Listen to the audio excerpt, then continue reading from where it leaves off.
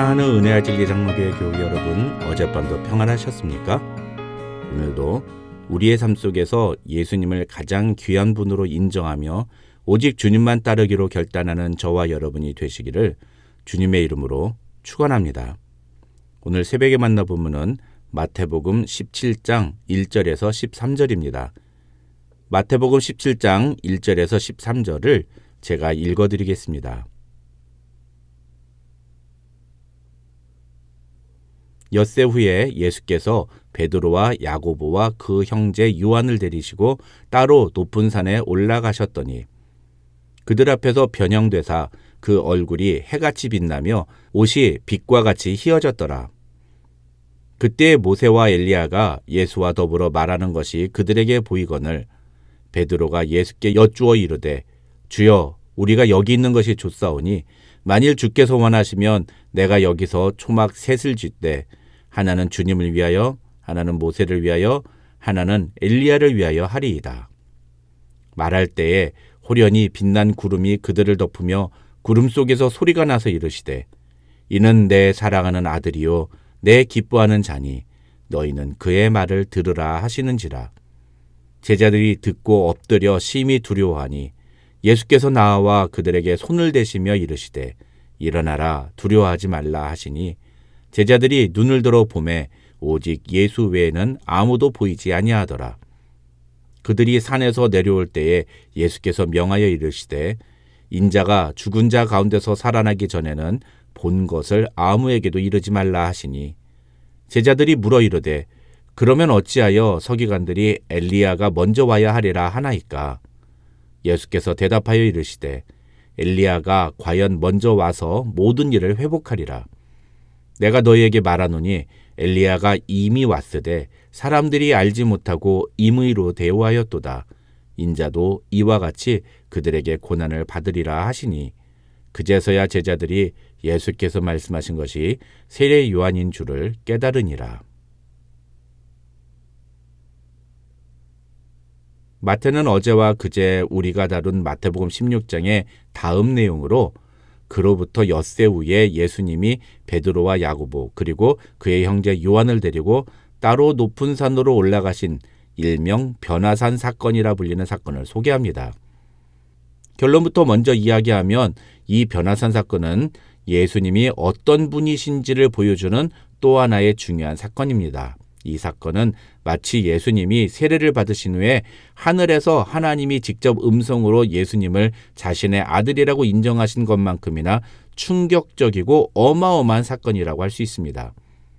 대부분의 사람들은 이 사건에서 예수님의 얼굴이 해같이 빛나며 옷이 빛과 같이 희어졌다는 2절에 주목합니다. 이것이 변화산 사건이라는 그 이름을 설명해주는 장면이기 때문입니다.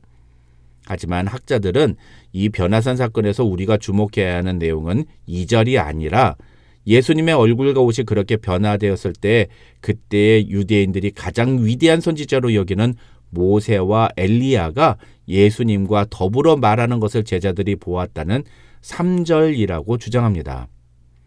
왜 이 내용이 그렇게 중요할까요? 그것은 모세와 엘리야는 단순히 그 선지자 각 사람을 의미하는 것이 아니라 구약 성경을 대표하는 인물들이기 때문입니다. 다시 말해서 모세는 모세오경, 즉 율법서를 대표하고 엘리야는 선지서를 대표하는 인물이라는 것입니다. 그래서 이 모세와 엘리야가 예수님과 함께 이야기를 나누는 장면은 율법서와 선지서, 즉 성경이 예수님과 함께 말씀하시는 장면이라고 설명합니다.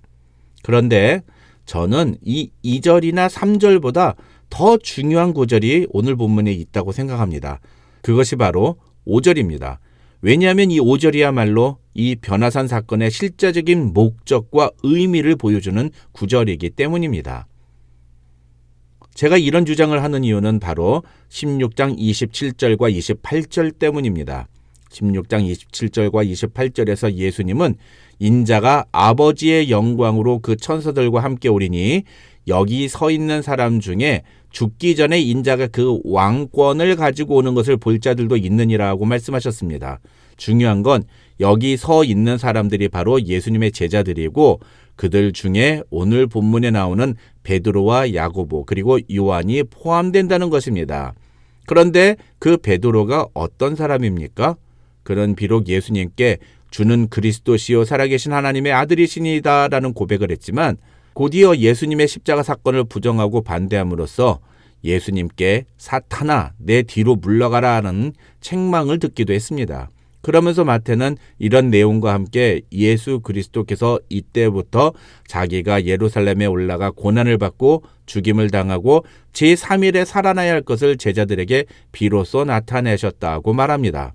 무슨 말이냐면 예수께서는 이 마태복음 16장부터 제자들에게 자신이 누구이신지를 분명히 알리시면서 이제 자신이 걸어가야 할 사명의 길에 대해서 말씀하시기 시작하셨는데 예수님이 누구이신지를 드러내는 역할을 맡았던 베드로조차도 예수님의 사명에 대해서는 제대로 이해하지 못했다는 것입니다. 다시 말해서 베드로는 하나님의 아들이신 그리스도 예수는 이 세상에서 모든 사람들로부터 영광과 찬송만 받으셔야지 고난을 받으시거나 죽임을 당하시는 일 따위는 겪어서는 안 된다고 생각했다는 것입니다. 만약 예수님이 그런 일을 겪으신다면 그것은 예수님이 진짜 하나님의 아들이나 메시아가 될 수 없다고 생각했다는 것입니다. 그래서 예수님은 엿새 후에 베드로와 야고보 그리고 요한을 데리고 따로 높은 산에 올라가서 자신이 누구인지를 아주 분명하게 보여주셨다는 것입니다. 중요한 것은 아까 제가 서두에 이 변화산 사건은 마치 예수님이 세례를 받으신 후에 하늘에서 하나님이 직접 음성으로 예수님을 자신의 아들이라고 인정하신 것만큼이나 충격적이고 중요한 사건이라고 말씀드렸는데요.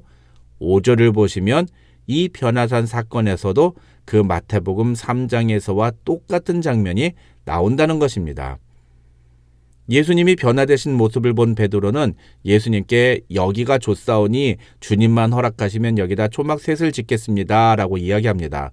그런데 그때 호련히 빛난 구름이 그들을 덮으며 구름 속에서 소리가 납니다. 그리고 그 소리는 정확하게 마태복음 3장 17절과 동일한 내용입니다. 무슨 말이냐 하면 이 변화산 사건은 예수님이 세례를 받으신 사건과 똑같은 사건이라는 것입니다. 그렇다면 이 이전에 나오는 예수님의 모습이 변화되는 사건은 무엇과 연결이 됩니까? 바로 세례를 받으신 장면과 연결이 되는 것입니다. 그동안 우리는 이 변화산 사건에서 예수님이 변화되신 모습에만 주목하여서 이 사건의 진짜 의미를 정확하게 이해하지 못했습니다. 그러나 마태복음 3장에 나오는 예수님이 세례를 받으신 사건과 오늘 본문의 변화산 사건을 같이 놓고 비교해 보면 이 두 사건은 모두 다 예수께서 이제 특별한 순간을 앞에 두고 많은 사람들 앞에서 자신이 누구이신지를 분명하게 드러내신 그런 사건이라는 것을 알 수 있습니다. 다시 말해서 예수께서 세례를 받으신 장면은 예수님이 이스라엘 백성들 앞에서 자신이 메시아로 이 땅에 오신 하나님의 아들이라는 사실을 드러내신 사건이라면 이 변화산 사건은 예수님이 베드로와 야고보, 요한 이 세 명의 제자들에게 자신이 메시아로 이 땅에 오신 하나님의 아들이라는 사실을 드러내신 사건이라고 할 수 있다는 것입니다. 왜 이것이 필요할까요? 그것은 전적으로 16장에 나오는 제자들의 모습 때문입니다.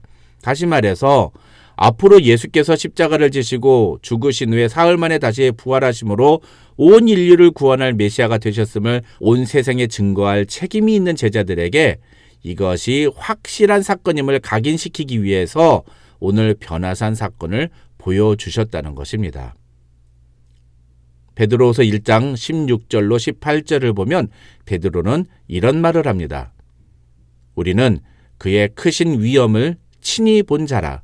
지극히 큰 영광 중에서 이러한 소리가 그에게 나기를 이는 내 사랑하는 아들이요 내 기뻐하는 자라 하실 때에 그가 하나님 아버지께 존귀와 영광을 받으셨느니라. 이 소리는 우리가 그와 함께 거룩한 산에 있을 때에 하늘로부터 난 것을 들은 것이니라. 여기서 베드로 사도는 이 변화산 사건에서의 경험을 자신이 전하는 복음이 진실되다는 증거로 제시합니다. 이 말은 베드로가 비록 이 마태복음 17장 당시에는 이 사건의 의미를 깨닫지 못했지만 나중에 오순절 성령 강림을 통해서 성령께서 자신에게 하나님의 큰 일을 깨닫게 해주신 이후에는 예수님이 그만큼 자신에게 확신을 주시기 위해서 여러 가지 증거들을 보여주셨다는 사실을 알게 되었음을 의미하는 것이라고 할 수 있습니다. 9절을 보면 예수님은 변화산 사건 이후에 제자들과 산을 내려오시면서 제자들에게 인자가 죽은 자 가운데서 살아나기 전에는 본 것을 아무에게도 이르지 말라고 말씀하십니다. 왜 예수님이 이런 말씀을 하셨을까요? 학자들은 예수님은 베드로와 야고보, 요한 이 세 제자가 변화산에서 자신들이 직접 경험한 일을 사람들에게 이야기함으로써 이 사건을 하나의 가십거리로 만드는 것을 원하지 않으셨기 때문이라고 설명합니다. 왜냐하면 제자들은 아직 예수님의 본질적인 사명을 제대로 이해하지 못한 상태였기 때문이라는 것입니다.